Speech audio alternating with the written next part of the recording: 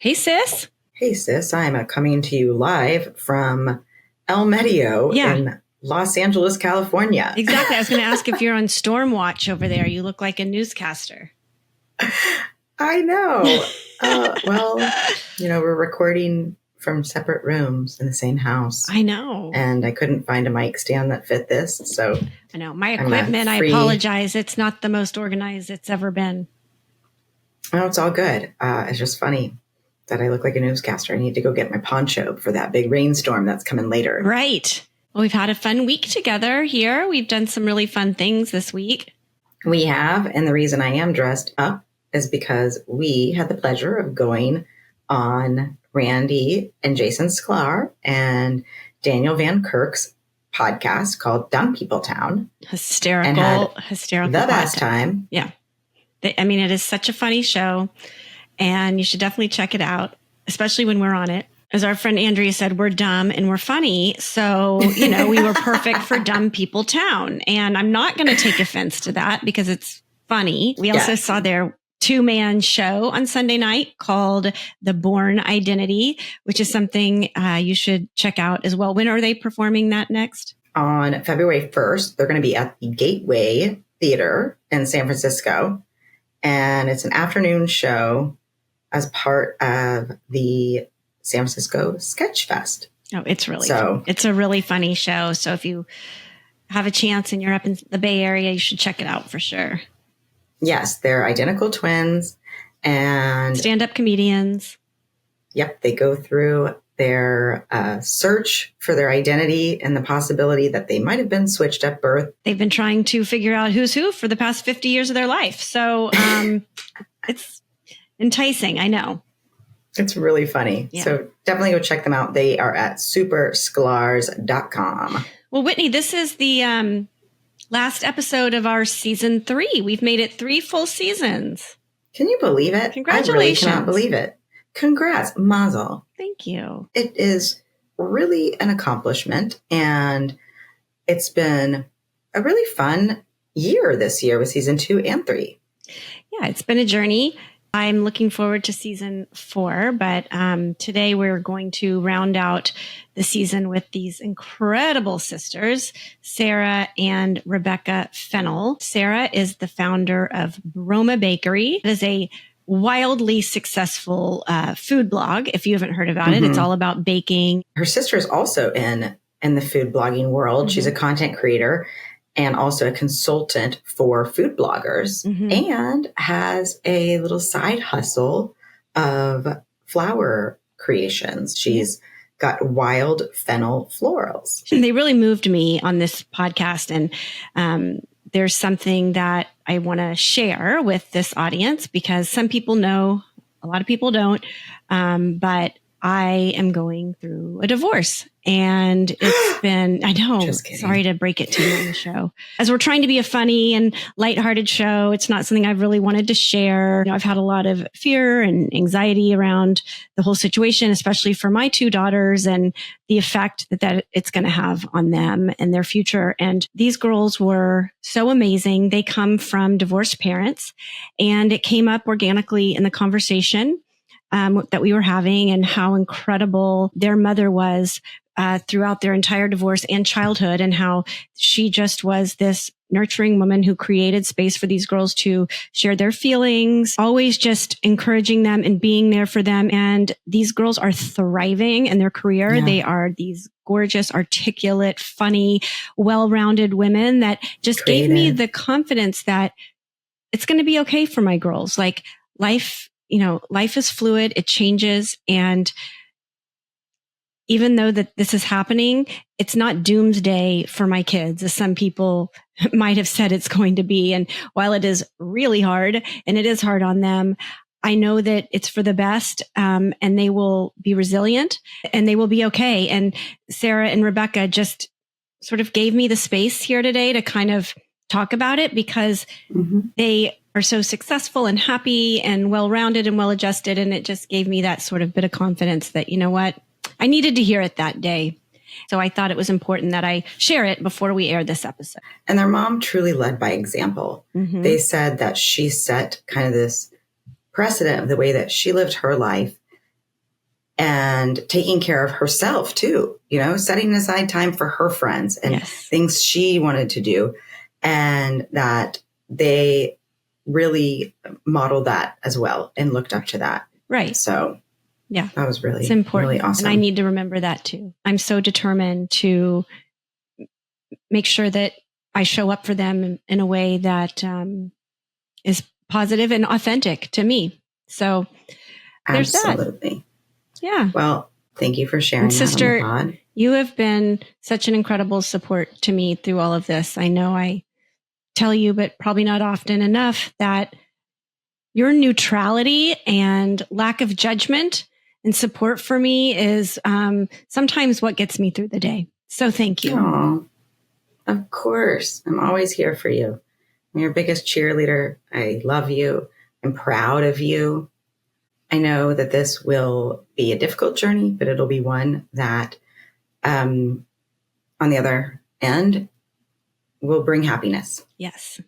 I look forward to that. I look forward to the joy. But and doing this podcast brings me so much joy too. So I love it, and I'm positive for a very bright future. Same. I love it. I have so much fun with you. So much fun with our guests. Yeah. I do want to mention that Mama Ashley's new brand, Pinch of Texas, is thriving. And who knew? We knew. It took some coaxing. Yeah. But I was able to get a promo code. Oh, okay. So you can go on and buy Mama Ashley's famous brownies, the praline brownies, the peppermint brownies, and also her new salts and citrus, sage and shallot, ancho chili. And if you use promo code HeySis15, HeySis15, you'll get 15% off your first order. Thanks, Mama. Yeah. Rub it all over that porchetta. Get some shallot salt and rub it all over that holiday porchetta, nipples and all. Pinchoftexas.com. I can't believe this is our last episode, but it has been a really fun year. And I'm so excited for what's to come next year in 2025. And thank you all so much for your support this year. The comments, the likes, the reviews, the subscribing. Supporting us, cheering us on. It's been awesome. And we're so, so thankful. We are. Well, thank you to everybody. And I hope everyone has a wonderful holiday. Let's end the year with these two incredible women, Sarah and Rebecca Fennel. Let's do it. Okay, I'm going to be signing off here from my Pacific Palisades location. You do that. Courtney, back to you in the studio. Love you, love your show. Love you, love your show, sister. Hey, sis. Hey, sis. I don't want to call you out or anything, but one of today's guests has perfected her mother's carrot cake that her little sister would ask for every year on her birthday. So I just want to know, what have you done for me lately? Oh, thanks. Whitney, I've done a lot for you. Let's just leave it at that. But I don't know. I think I perfected the Dirty Sis Martini for you. And I think you're more of a drinker than a sweet eater. So there you go. That is true. But I'll point out that these two sisters are probably as close as we are. And like us, both share a passion for cooking and entertaining. And I'd love to welcome to the show Broma Bakery founder and New York Times bestselling author of the new cookbook, Sweet Tooth, Sarah Fennel, and her wildly talented sister, Rebecca, who is a florist. I say that because the name of her floral company is Wild Fennel Florals. She's a content creator and a food blogger consultant. They're so talented, so creative. Welcome, sisters, to Hey Sis, Eat This. Thank you. Very enthusiastic introduction, but we're very enthusiastic to have you both here today with us. So thank you. Oh, this is going to be so fun. Yeah. Rebecca and I are very close. And so to be able to do something like this, I've just been looking forward to it. It's going to be a great good. Time. Yeah. And I've never done a podcast, so this is a treat for me and such a cool experience. So thanks for having us. We're excited to get to know you both.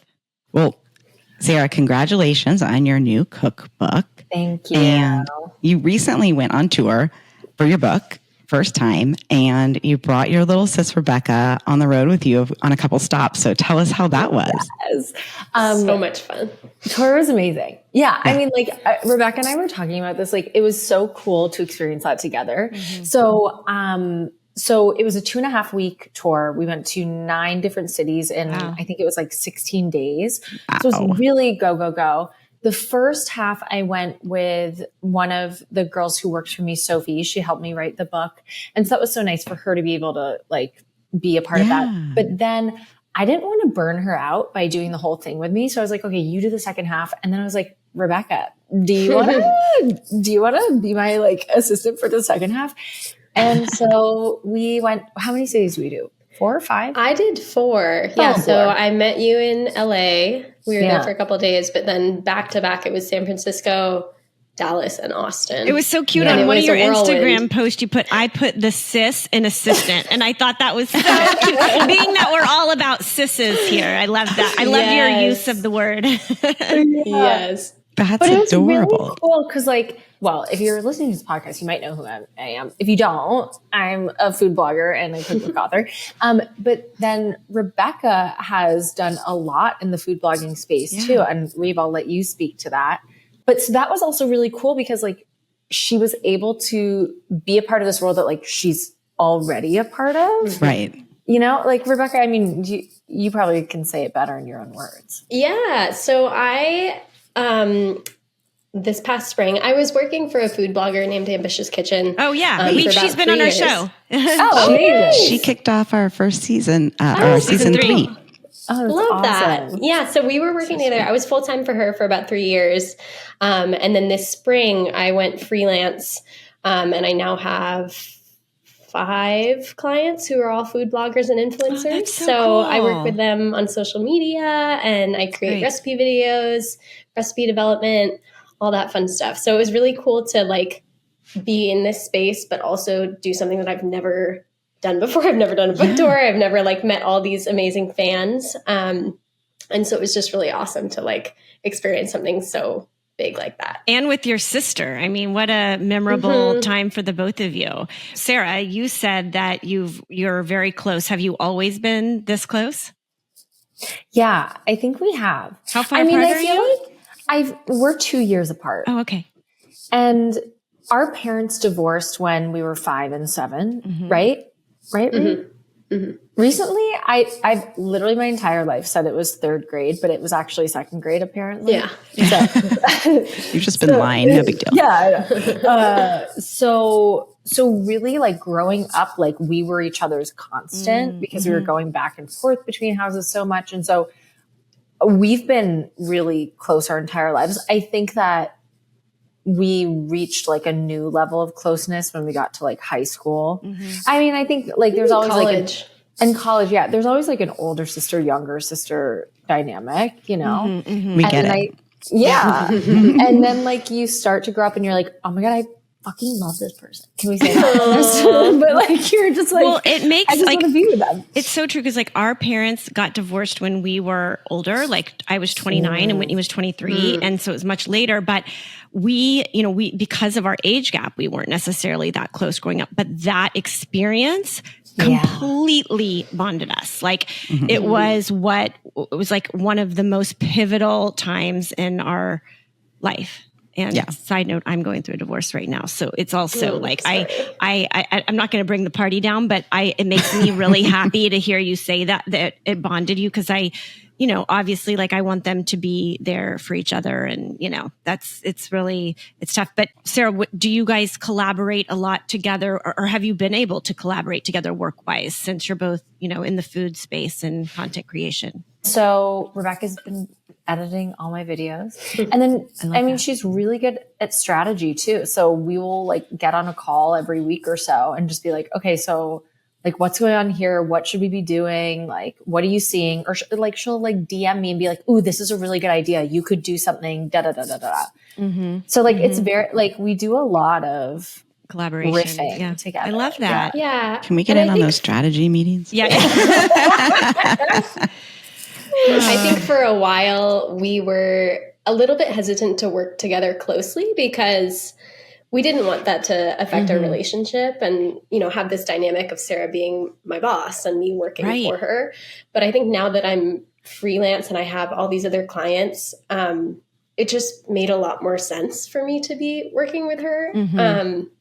But also, I mean, Rebe, my nickname for Rebecca is Rebe. I love that. So don't you feel like too, like I think we're both very level-headed about it. And we both, like, from the beginning have said, yes, we don't want our working relationship to affect our sister relationship because that comes first.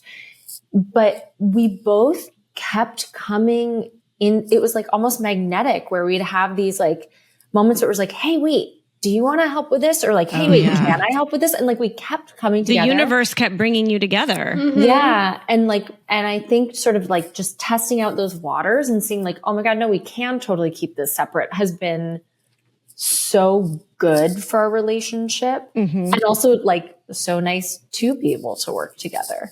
Yeah, that is nice. Yeah, to be with someone you trust the most. Yeah. Whitney's my boss, and we've never had that conversation like, is this going to affect our relationship? We just jumped into it and she tells me what to do. Maybe we should have it now. We'll be your couples therapist. Yes, Exactly. You can moderate. That's so funny. Well, I want to take it back because we are here to celebrate your mother, Katherine, Momma Katherine, as we like to call all the mamas on this show. So, Rebecca, tell me a little bit about her and where she grew up. Okay. Our mom grew up. I love that reaction. So our mom and her mom actually grew up in Belmont, Massachusetts, which is where we grew up. So we're third generation Belmontonians. And what can I say about her? I mean, she is just like such a kind, caring, warm, thoughtful person. She's the kind of person you can call and she will just listen so closely and carefully to you and, not bring it back to herself. She just has questions for you all the time. She wants to help you and wants to just really be there for you. She's unbelievably empathetic and sometimes it's to a fault. Like one of my favorite stories is we were visiting NYU, like my mom and I, and we had to, you know this, right? I know. We had to take the bus back home and money was pretty tight growing up. And so our mom, like she would always use cash to pay for things because she just didn't know if her credit card was going to bounce. So we always just like were paying for things with cash. Yeah. And we were coming back from New York and we were like going to the bus station and it was like 10 a.m. and we were getting an 11 bus and we had to get lunch on the bus or like lunch to get to the bus. And she literally had $25 in her wallet. And we passed somebody that was like asking for money or like it was donating to some cause. And she literally gave them $20. Oh my God. And that makes me want to cry, actually. And that's the sweetest.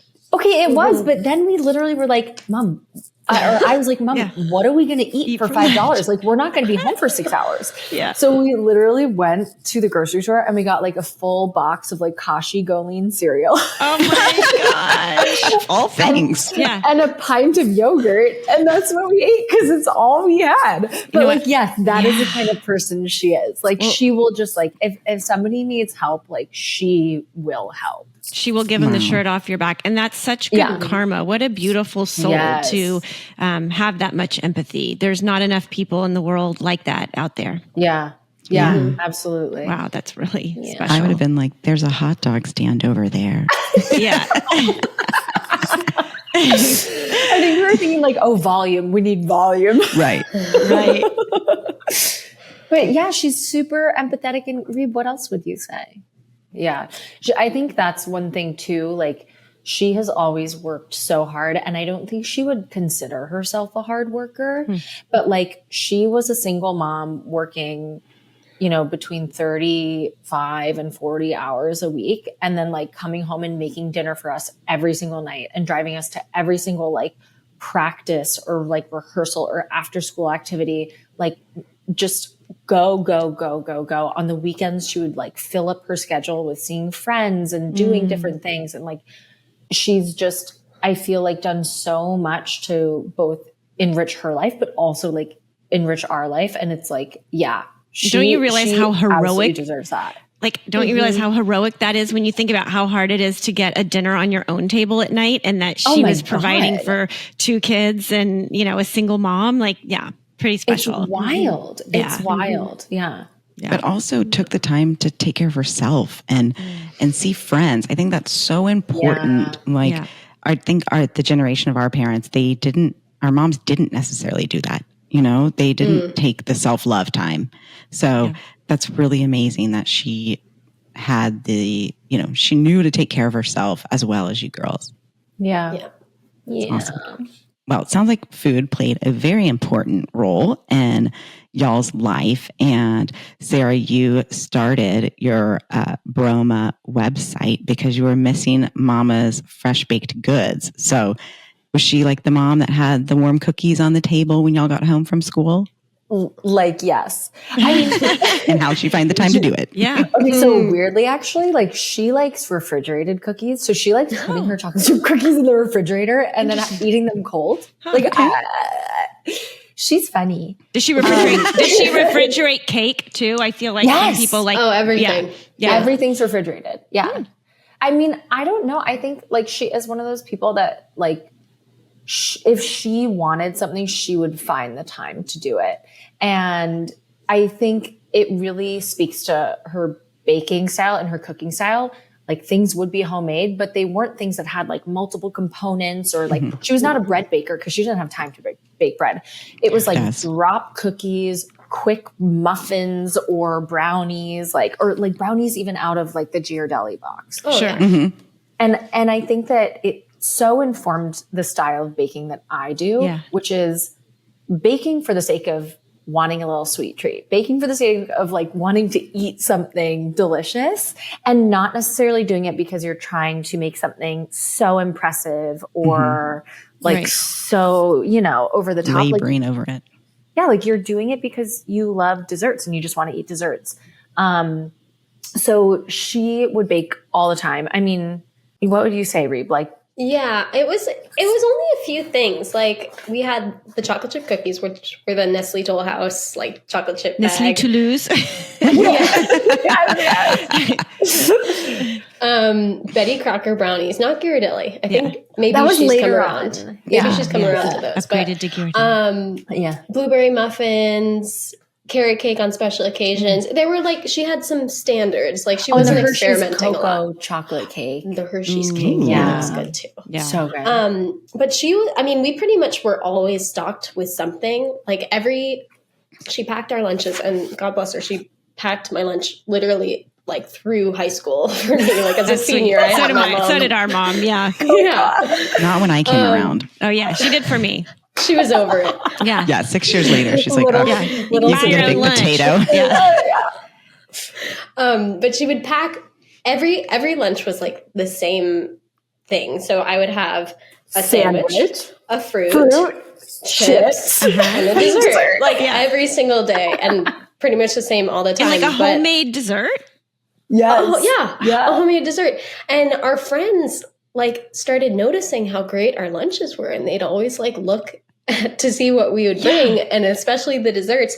Sarah and I both have this same memory of when we would have a brownie from our mom at the lunch table in middle school, which was like 8 seats per table. Sure. Every single one of our friends was like, "Can I have a bite of the brownie?" Oh, and that's so we would cute. take this tiny, tiny brownie and pick off 8 pieces for people. Well, you girls have that generous spirit like your mom, because I would have been like, screw you. This is my brownie. You're not getting that. You know what I mean? Totally. No, we were like, please like us. Yeah. Your mom's the reason you had friends, because she's supplying you baked goods. That is so funny. Then when I went to college, I missed that because like we had baked goods all the time.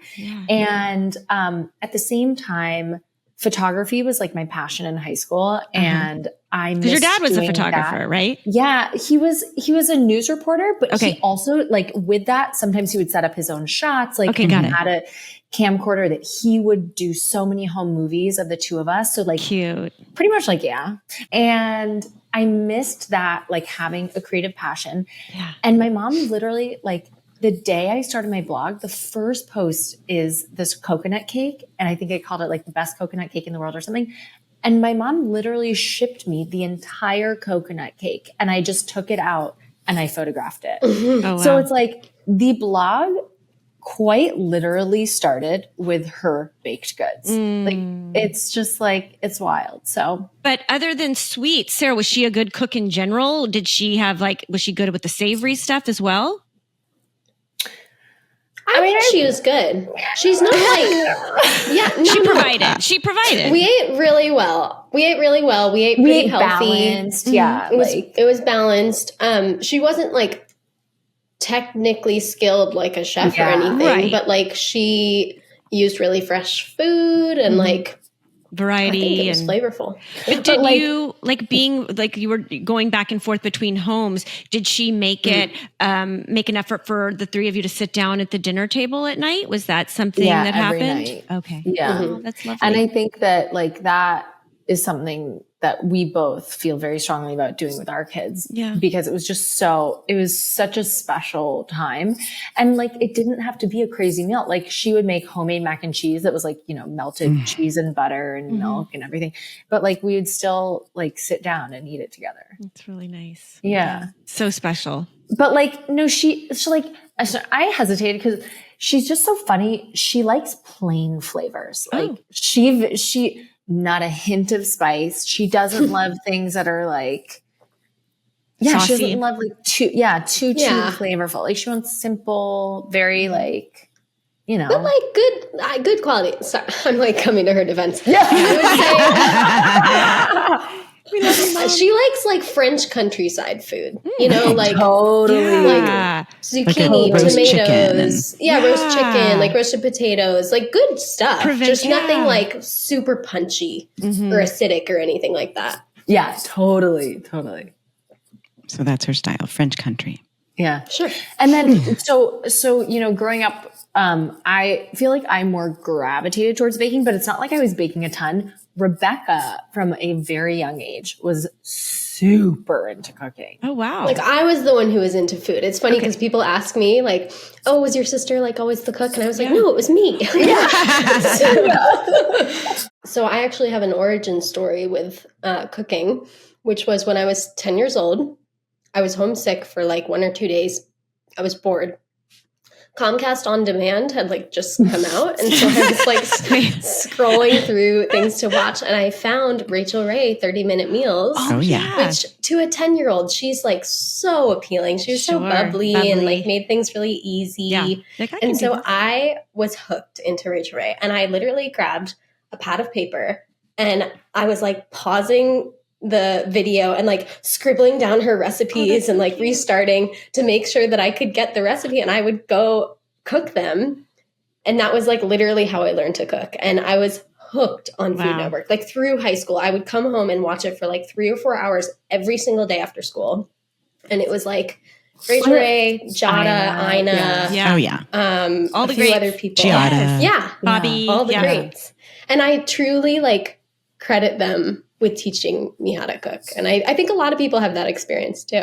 Rebecca, you liked a lot of things that your mother cooked, coming to her defense, but was there one thing that you just hated that she made and you were like, ooh? Okay, there's a fun story though that Sarah mentioned on her book tour. Not that I hated them, but when my mom would make the chocolate chip cookies, I always asked her to make me chipless cookies. Like just without the chocolate chips. Oh. And I don't know why, for some reason when I was a kid, like the chocolate just didn't do it for me, which is crazy because I love chocolate now. It's so weird. Yeah. So it was basically like a sugar cookie then. Yeah, that's what I was saying. No. It's like a brown sugar cookie. Yeah, like think of just with brown sugar. It's literally a chocolate chip cookie that you just like don't put the chips in at the end. I kind of want to try delicious. this. Me too, actually. Sarah has a recipe on her site, don't you? On my site. Yeah. Like it's good. Like I get it. Yeah. But I'm like, the chocolate Be is like, better. but why? Yeah. Sarah, is there a favorite dish that your mom made? That's so hard. Like one favorite so hard, but I will say like I loved when she would do her homemade mac and cheese. It would be penne pasta and then this like white cheesy sauce. I don't even know. Like she made a roux and did the whole thing. No. It would just, you drain the pasta, put it back in the pot. She would just put like butter and grated cheese. And so it was like totally split and like the cheese, like it wasn't like a nice sauce, but it actually tasted really good. It tasted so good. And then we would serve it a lot of times with kielbasa. Like we were big kielbasa girls. Okay. I mean, how bad can that be in the words of Ina Garten? Cheesy noodles and kielbasa? Sorry. I know. It's kind of like a grown-up, like hot dogs and mac and cheese. Yeah. Did the kielbasa go into the mac and cheese? No, just on the side. And was the mac and cheese baked or just like? No, out of the pot. Okay. Yeah. Ladies, I think this is just pasta with cheese on top. I hate to burst your bubble.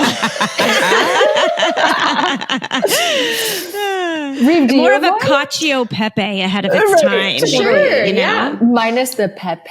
Oh, the pepe. Right. Simple, Courtney, simple. Yeah. Oh, yeah, because she doesn't like a lot of spice. We always take a recipe, the favorite recipe, and put it on the site, on our website. Oh, love. Okay, great.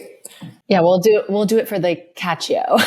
I love it. Another recipe she would make all the time that I loved was she did stuffed peppers, and it was literally just like bell peppers stuffed with, sometimes it was vegetarian and then other times it was with ground beef, like very, very simple.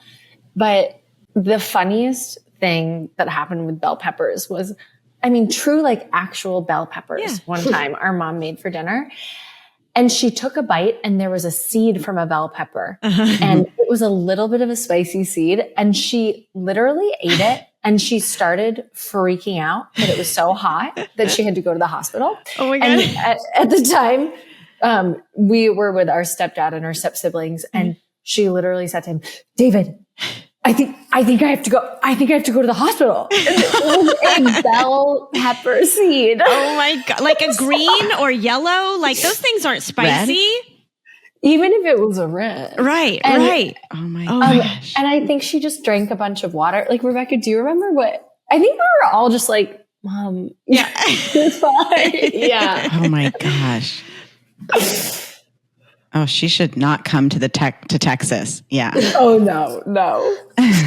I mean, I can get it if it's like a jalapeno or something, but a bell pepper. Right. No, it was just a stuffed pepper. Oh, that's funny. So funny. Well, maybe that's the recipe because Whitney loves herself a stuffed bell pepper. Oh, I do. Mm-hmm. They're so good and so filling. Yeah. Mm-hmm.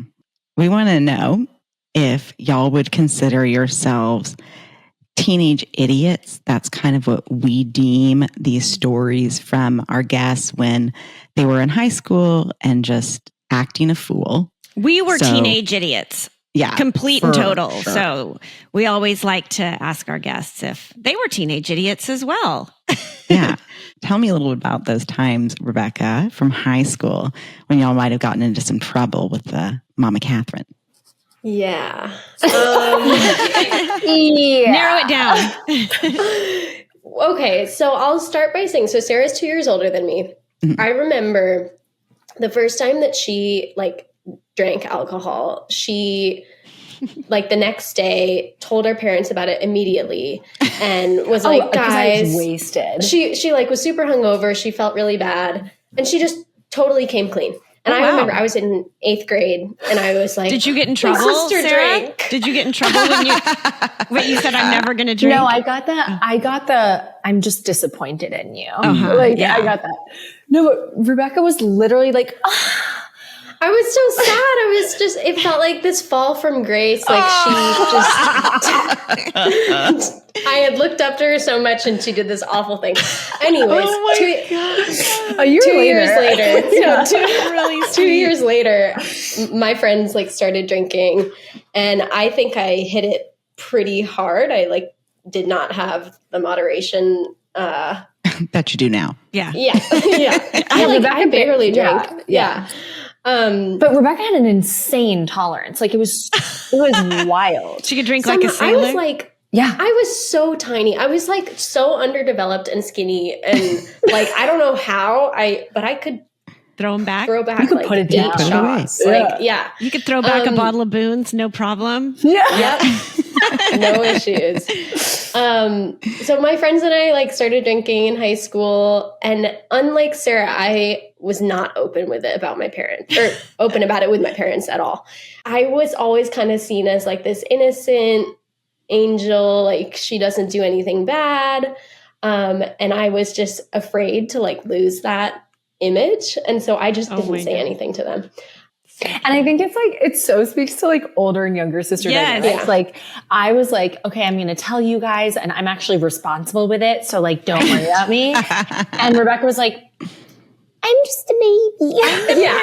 Yeah, exactly. Yeah.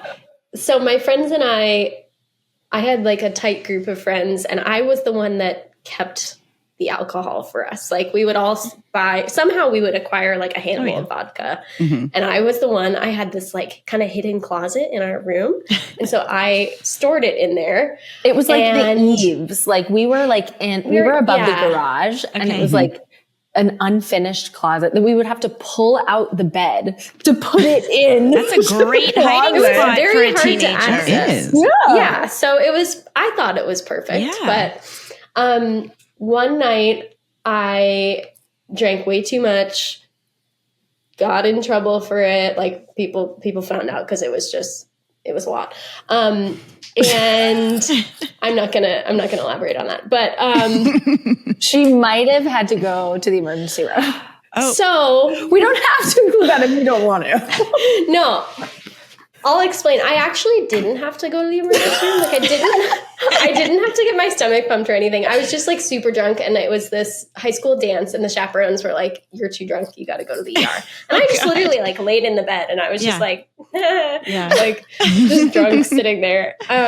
Anyways, my parents found out about it. They were super upset with me. Of course, sure. I got grounded. But it prompted my mom to go searching for alcohol because she thought that I had a drinking problem. Uh-huh. And she ended up finding that little closet. Oh, and I think I had like 5 empty handles in there. Oh, no. Because they were recycled. This was over the course of like, a year or something. My friends and I shared. It wasn't just me drinking exactly. them. It wasn't just you. All my friends.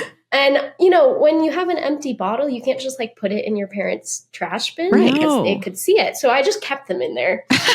And so my mom, I was at my dad's house this weekend, and I was like super hungover from this incident. My mom comes over with a plastic bag full of these empty handles, and one by one, she takes them out and places them on the table. And I'm just sitting there like, and she, of course, thought it was like me drinking that much. And I was like, Mom, I'm not an alcoholic. Yeah. And for a couple of years, she like was convinced that I had a drinking problem. And like this, we all binge drank way too much. It was not healthy. Yeah. Right. But like Rebecca did not have I didn't drink alone. It was always social. Like, and she just was convinced, and I was like, Mom, I'm not an alcoholic. Yeah. And she goes, that's what alcoholics do. Oh, God, I was just like, oh, God. To say. It's hysterical. But then, to top it all off, okay, so when Rebecca was a senior, I was in college, but I was home for the semester, and I was working, and Rebecca said that she was going to have a party one night. We never did parties at our house. Like we were not the type of people to throw parties. Like both our mama and our dad, like they're very clean. They really like, it's a very like respectful house. Like they like decorate nicely and like all of that stuff. Yeah. So we were never party people, or like we're brave enough to be people. Yeah. Right. Yeah. Exactly. We weren't brave enough. You're going to mess with that. So Rebecca said she was going to host a party. And I was like, all right. And this was prom weekend. So of my senior year, people were out to get after it. So I was like, I'm not going to sleep at this house tonight. Like I have work in the morning. I'm going to go to my dad's house. So I go to my dad's house, and Rebecca throws this. I mean, it was a rager. Like it was like, it must have been a lot of people. Like 50K. Where was Mom? They were like in Western Mass on like a nice weekend getaway. Okay, perfect timing. Yeah. It was great. Yeah. I had the house to myself. Thought I could get away with it. I don't know why. Because but, you're a teenage idiot. 17. Yeah. Your exactly. brain's not developed. Yeah. And so I will say it was a great party. It was really fun, but It was a few really things fun. happened. Everyone had a blast. Everyone had a great time. A few things happened though. So like towards the end of the night, there was this guy, I'm not going to say his name, but he was a guy who was in my high school class, and I noticed that he was like super drunk, and he ended up like going to my mom's bedroom, and he was lying on the bed. And I remember at one point I said, hey, like, I know you're in here. That's okay. Just like, please don't throw up. Like the bathroom's right there. Like just don't throw up. 10 minutes later, we all start like sniffing. No. We're smelling the air, and we're like, what is that? Oh my God. And we notice that it's coming from like the stairway going upstairs. And so I like go up there. This guy is lying on the rug in a puddle of his own poop. Oh no. Like he was so drunk. Oh no. And In your mom's room? on His my pants on? Yes. Like he was like severely. He just shot himself in, Like, in your let's mom's just take room? let's take a Should we moment to pause? just say like horrible. I That mean, part is yeah. horrible. Yeah. And also a little bit funny. Yeah, I mean, No, it's hysterical. Probably not funny at the time. Not funny at the time, and thank God he's okay. And very humiliating for him. But And very humiliating. What did you do, Rebecca? so Rebecca flipped over the rug. First, so his friends like carried him out. He went home. He was fine.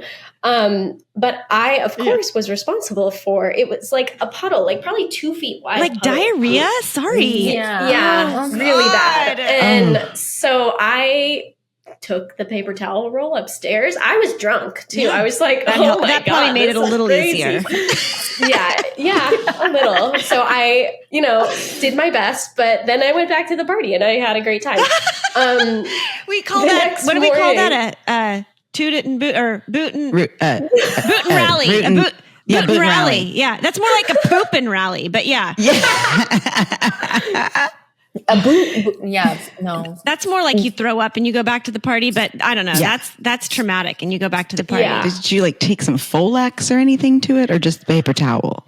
I probably like sprayed it with Windex or something. I don't know. But this is like a, what's it called? Like a quilted knitted rug. Like it's Oh, like no. nice- It's not It's good in the enough. crevices. yeah. Yeah. Yeah. So, but the next morning, my good friends, we all slept over. We were cleaning up the house, and I tasked one of my friends with scrubbing the rug. Yeah. And so she was working on it for a while, scrubbing it with soap and a sponge and everything. But it was, it was stained. A lot. Like, Yeah. it wasn't good. So we had the brilliant idea to just flip the rug. Oh, yeah. Why not? Assuming that they wouldn't It'd notice. look the same on the other side. And it still And- like vaguely smelled like shit. Like Yeah, I was it about to did say. not- it did not Yeah. go away. Yeah. So And there's no dog to blame it on or anything? no. Yeah. No dog. So we did a really good job cleaning the house for the most part, but there were a few things that happened. Well, And remnants. basically, long story short, our parents found out in the afternoon. I got a text from our stepdad saying, "Who took a dump on the rug?" A text And I was message like- you never thought you'd ever get from your stepdad. Oh. And it was just a disaster. I mean, a lot of stuff got stolen from the house. It was like not a good outcome. Did of a you have to party. go on lockdown for a little while after that? Yeah, I was very much grounded. But then, And Sarah, I had did to pay a you lot of get money. in trouble for like not being like looking No. out for her? Or you were Yeah, you smart weren't to chaperoning. piece out there. Yeah. That was really the smartest decision ever. I know. I mean, I felt so bad. Yeah. And I was also like, I mean, just like, I mean, you did allow that, but I felt really bad. I mean, like, it was rough. And like Rebecca had to like like pay back for everything that got stolen and stuff, like, which I think was like the right move by our parents. Yeah. But man, do we have a story out of it. Wow. I want y'all to feel better. like better about this, that you're not the first people. You're not the first guest. No, you're not the first guest to have but you're not the first guest to call to tell a story to have a party about poop somebody story. defecating all over. Nuh-uh. Yes. I'm glad I'm not alone. You are not alone. Yeah. You're not alone. Well, I'm gonna shift that topic a little bit now towards something a little more maybe sentimental, if you will, and bring it back to what an incredible woman Momma Katherine is. And Sarah, when you take a minute to reflect on your childhood, in what ways do you think Momma Katherine sacrificed for you girls? I mean, I think she sacrificed a ton. I think one, as a single mom, you're taking on so much more of a burden with like child rearing, and just having to really be that sole parent. And even though our time was split 50-50 between our mom and our dad, our mom was really like the caretaker. And I think that was really a lot on her. And at the same time, like, I think we saw that it was a lot, but it was never a question whether she resented it or, wished that it was different. Like, not once in my entire life have I ever felt that. And so was there a sacrifice? Absolutely. But like, I just feel so grateful to have had a mom who like genuinely loved being a mom. Like that is one of like the greatest gifts. I'm crying. It's so sweet. And I think that it just goes to show like how important it is as a parent, and like thinking about, Rebecca and I both eventually want to have kids. I think thinking about bringing that same level of commitment and that same level of just like care is so, so important to us. And it was modeled to us so well. Beautifully said. I mean, I think she also like she for sure like sacrificed in terms of like monetarily, like becoming a single parent household and like being a woman who was like, for the most part, working at nonprofits. Like she was not making a ton of money. Yeah. And I think I felt it more than Rebecca did.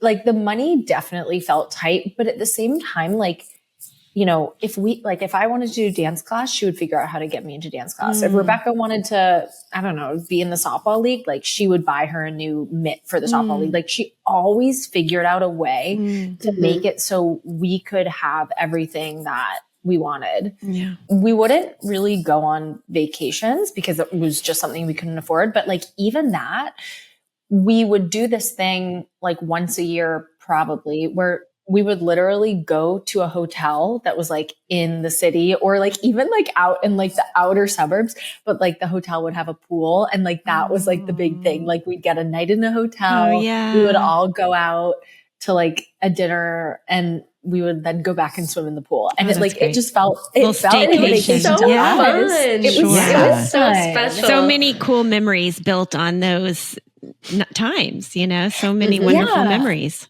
Like I've had certain adults in my life say to me, like, if you want to be a good parent, just remember, you got to show up for every single soccer game, every single recital, every single this. And I'm like, no, you don't. Like, you just have to show that you are loving and caring in as many ways as possible and like be there for your kid. Like it's not about how many games you attended. It's impossible standard to uphold as well. And you could do all of that and you would still not be emotionally there for your child, know? And so I think she was so good at that. She was so good at like being there for us for whatever reason we needed. Wow. I also think though, she like what you were just saying about she wasn't there 100% of the time, but that also modeled like her commitment to her career and like her friends, and she was a runner, and like she made the time for herself. And I think that was a really good lesson for us to see too, that like being a good parent isn't about like fully giving yourself to your kids. I relate to that guilt or that questioning of, I could not do this for myself and I could just, hang out with them a little more or something. But then I have to remind myself, no, that I need to be mentally healthy to be with them. And that is, it's a reminder. And you need to have a fulfilling life too. You do. Because you can't let your life just stop, and it'll show up in different ways. Yeah. Right. 100%. Well, it's pretty special lady. Yeah, it really is. Our parents definitely didn't grow up in the social media world that we are currently living in right now. And our mom actually had made a video when all of her senior friends were complaining that they didn't know how to listen to the podcast because they didn't know how to log on to Apple or Spotify. So we had her make like a senior's guide to listening to podcasts. It's on our Instagram. It's hilarious. It is. And so I want to know how Momma Katherine has kind of evolved in this social media world, and what does her presence look like? Being that you're both like major social media people, Yeah. I would say she doesn't totally get it. But like she's on Instagram, like, but what that means is she sends us like dog videos. And that's it. We get the spam as well. Like, yeah. And she's like, maybe TikTok should be banned. And then she'll like send us like a million Instagram reels. Does she send it to you together? Like it's like a group text? Cause really? Cause we get like, we're both on a text and then she just sends us like Instagram reels all day long of stuff that she finds, whether it's dogs or recipes. She doesn't send it through Instagram.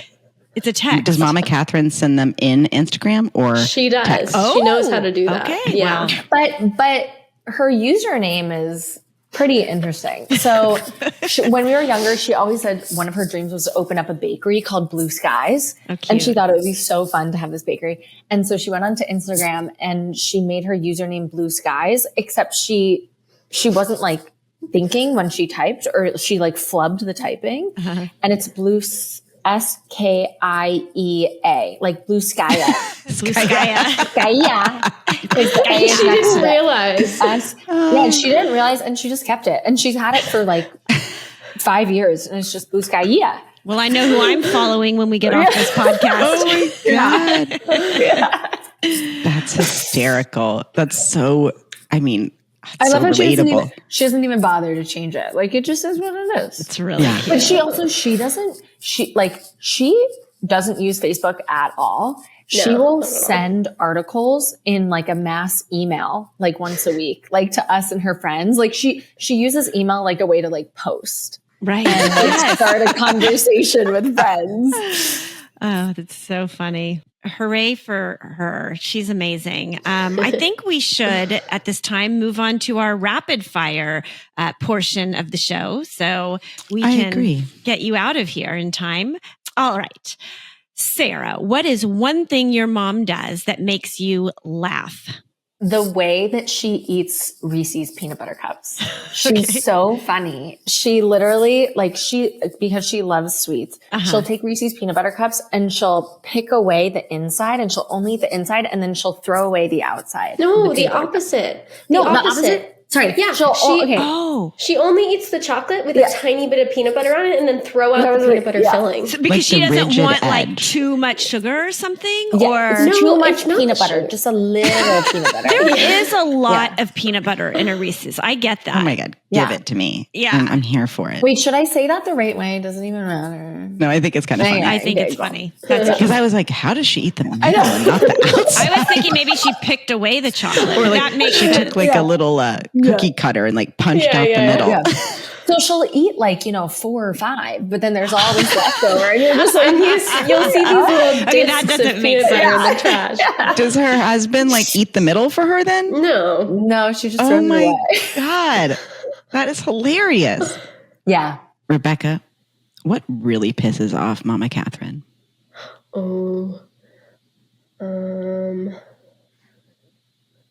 I'm blanking. Sarah, do you have a... It really pisses her off when people poop on her rug. Wait, no, I feel like there has to be something though, Rebecca. Like our mom hates daylight savings. Oh yeah, she hates it. Like we will hear about it for weeks. I mean, listen, why is it a thing? I don't know. I don't know. Like, That's an example of something that pisses her off. Yeah, but I might complain about it just that first night when my sleep's off. Not for like 2 weeks in. Like 3 weeks later, she's like, I am so tired because of daylight savings. I was like, that was 3 weeks ago. You know? anything, Reeb? Anything that's like a light thing? I don't... She sounds too sweet to ever get pissed off. I know. She's so She cute. doesn't really get She angry. gets flustered, but like it's for like, I feel like you guys aren't listening to me. Like it's not like that. There you go. Yeah.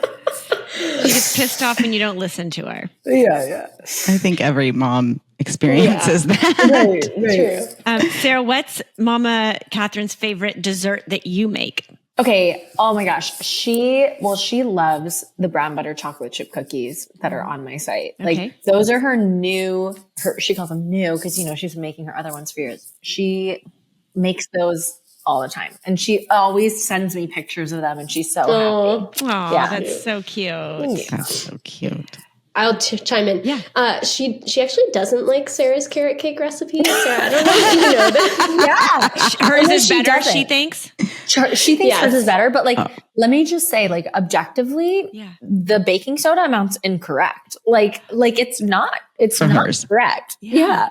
But she's convinced. I think it's like a nostalgia thing. And she always says that my frosting is too sweet. She prefers her frosting. It has a higher ratio of cream cheese in I it. actually agree with that. But here's the thing. When you're making it for a large group, like when you're putting it on a website, like people are not going to like how cream cheesy it is. It's Right. like That's a not lot specific of- taste. Yeah. So, Right. That makes like sense. I get it. But Yeah. You got to play to the masses. Yeah. Exactly. And It's funny. Rebecca, what is Momma Katherine's favorite cuss word? Sorry, my recall is so bad right now. I'm just blanking. Maybe I think it's fuck. I after the way you've described this woman, I can't even believe that word's ever come out of her mouth. No, I feel I know. like she's like it's just fucking wrong, like or something like that. Yeah. Like, you know, like Yeah. like It's really cute. But, you know, I just want to recap. I was just thinking like what you've shared with us today. She is so empathetic. She worked in nonprofit. She just gave her life to you girls and created this emotionally healthy, beautiful environment for you. And it just sounds like had the warm cookies every day. I mean, what an incredible woman. And thank you for Really sharing incredible. all about her today. Yeah. She would be so happy to listen to this. She's gonna die. But you know, I also think like she was all of those things. And then I think as well, something that was really special is she was really real and honest with us. Like she wouldn't pretend that things were amazing. Like she would let us know if she was feeling off or like if there was something going on in her life. And I think that was also just such a cool balance that she had. It wasn't like this Stepfordian housewife thing that she had going on. Like it Shouldn't was try to genuine. protect you from real life and feelings and exactly. And it made it so I think we also were able to approach conflict and approach things that were difficult really well because we were able to approach it with compassion and by talking things through, but we weren't like brushing it under the rug or pretending it didn't exist. And I think that was just like, I don't feel like we talk about that a lot, Rebecca, how important that balance was, but I think it was really, really helpful for us in getting that like sort of, balanced perspective on life. love that. Totally. And I think being able to share things with her, like she encourages you to share the hard things. And I think that's just so important. Like she's always encouraging people to go to therapy. And I think that's so great. Like a lot of people Don't. that's not a thing. Yeah. So I, for one, am taking away some really great mom tips today, hearing about her. And I just am so grateful that you shared with us today. Thank you so much. Yes. Guys, this is so special. I love that you do this. Well, It's We do really, too. we love it too. I want to make sure all of our listeners know where to check y'all out. So, Sarah, give us kind of the rundown of Broma and Sweet Tooth Cookbook. Totally. So all my social handles and my website, it's just Broma Bakery, Broma Bakery.com, on Instagram, on TikTok, whatever. And then my very first cookbook came out this fall. So it's called Sweet Tooth. You can get it on any major platform. So Barnes and Noble, Amazon, Hudson Booksellers. You can get it at your local bookstore. But it has 100 recipes, all very much inspired by the way that my mom or our mom taught us how to bake. Oh, mine arrives tomorrow. I can't wait. Oh my God. Yay. Yay. Oh, that's so fun. And Rebecca, tell us all about Wildly Fennel. Ooh, yeah. So I actually have two small businesses. So my consulting social media business is called Wild Fennel Creative. I don't market it on social media or have a website, but my Instagram is Rebecca_Fennel. And then my other business is Wild Fennel Florals. So it's kind of honestly just like a fun side hobby that I do when I have your work is so beautiful. She's so good. Thanks, Oh my God. thanks. With like So- no training. Oh my or like I you're was- so good at it. I couldn't stop scrolling. I was like, it's so beautiful. Yeah. Thanks. Yeah. I only started florals like a year and a half ago. Really? Yeah. And I just So would go to Trader Joe's and buy flowers and just try to arrange them. And I do actually work kind of here and there with a local flower shop that does weddings and events and stuff. So That's been cool. really great. Yeah. Yeah. That's awesome. Well, Courtney, I think we have said it all. Yes. And we will end this like we always do. Courtney, I love you. I love your show. Whit, I love you. I love your show. Thank you, girls.